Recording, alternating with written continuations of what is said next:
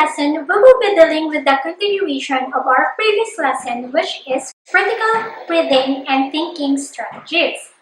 But this time, we will now focus on the thinking strategy, particularly critical thinking. Now, what is meant by critical thinking?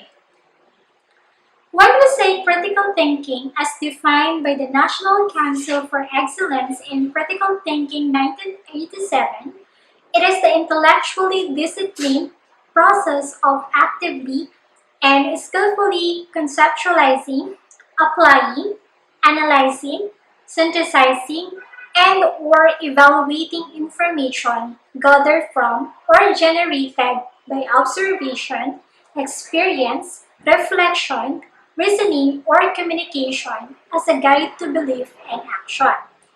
It is making judgments about information one reads or hears. Reading and critical thinking must be used both to understand clearly what you are reading. And the combination of this is called reading thinking critically. Reading thinking critically is going beyond what the words say and getting at the important message of the text. We have here some of the critical reading thinking skills that a reader needs to develop and then apply when reading a text. The first one is interpreting. It is thinking about what the writer is really saying in a text, and then using one's schema or knowledge to answer the question about what a writer really says in a text. It involves finding a deeper meaning other than the literary meaning provided within the text. In interpreting, you must be able to analyze every details that is provided. So look for the symbols, cues or hints, imagery, and even literary devices that the writer used for you to come up with the right interpretation.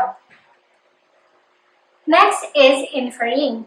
It is the process used by a reader to understand an idea that the author does not state explicitly. In other words, it means figuring out something that the author doesn't actually say. So people call this as reading between the lines. In scientific definition, inferring means an educated guess made through observation. So in inferring, you must use context clues to figure out things about the text together with your schema. Inferring may be also used in daily living. For you to understand it clearly, let's have example. Here's the scenario. Sally arrives at home at 4:30 and knows that her mother does not get off of work until 5. Sally also sees that the lights are off in their house. So what could we infer from the given details? If we are to analyze this, given the schema of Sally wherein she knew that her mother does not get off of work until 5, and the time when Sally arrives earlier than her mother, including the appearance of house where there is no light, we can infer here that Sally's mother is not yet home. So that's how you analyze the details. Same when you are reading a text. Another example. Norman sees cookie crumbs on the floor and chocolate around his daughter's mouth. Based from the details given, Norman can infer that her daughter ate the cookie. Next is drawing conclusion. Now, how are you going to draw conclusion? So all you have to do is you have to read first the whole text. Analyze the details given by the author and use your prior knowledge. So doing so, you'll be able to create your own conclusion. Take note as well that in writing a conclusion, you must be able to summarize all the points you have mentioned or written in the first part and the second part of your text. In short, you have to restate your main idea. You may also write why that particular topic is important, and so on. In the conclusion, you must be able to leave the reader with a long-lasting impression. There should be an impact to them. Next is analyzing. Analyzing means looking at separate detailed parts of the text to understand the entire piece. It's like when we have broken toy, we tend to see the parts inside and see how they work together. Same with analyzing text.